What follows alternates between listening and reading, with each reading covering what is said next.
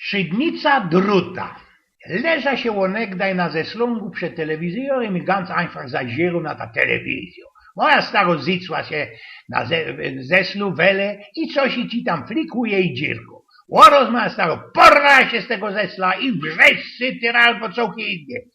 Kaj jest mój myjtemas, kaj mój myjtemas.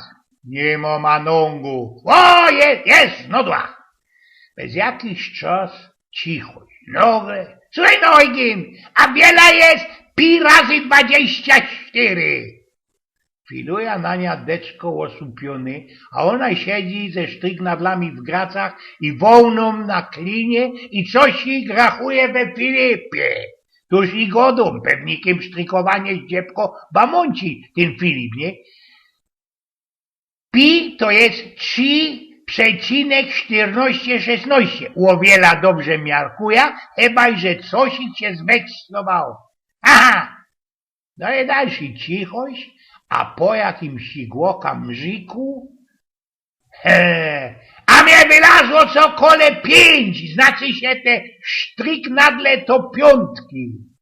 A kurde, ale co, na co, co po jakiemu? No bo rachowała ich szczytnicę, zmierzyła łobwód i wyrachowała, i że wele 5 milimetrów mają. Skulnąłeś się ze szesląga, biera jeden drut, przykładem do myjte maso i skazuje. Dziś staro, tak się sprawdza szczytnica, a krom tego we werkzojgach możesz przeca szyblera albo feinschrauba. Jest der kosie, coś się przycapił, ale widziałeś, genau pamiętam wzór na obwód koła, prawda? Śleciał jak jeszcze na tepich i po chwilce słysza. Ale wiesz, Eugen, nie godaj tego moim kamratkom.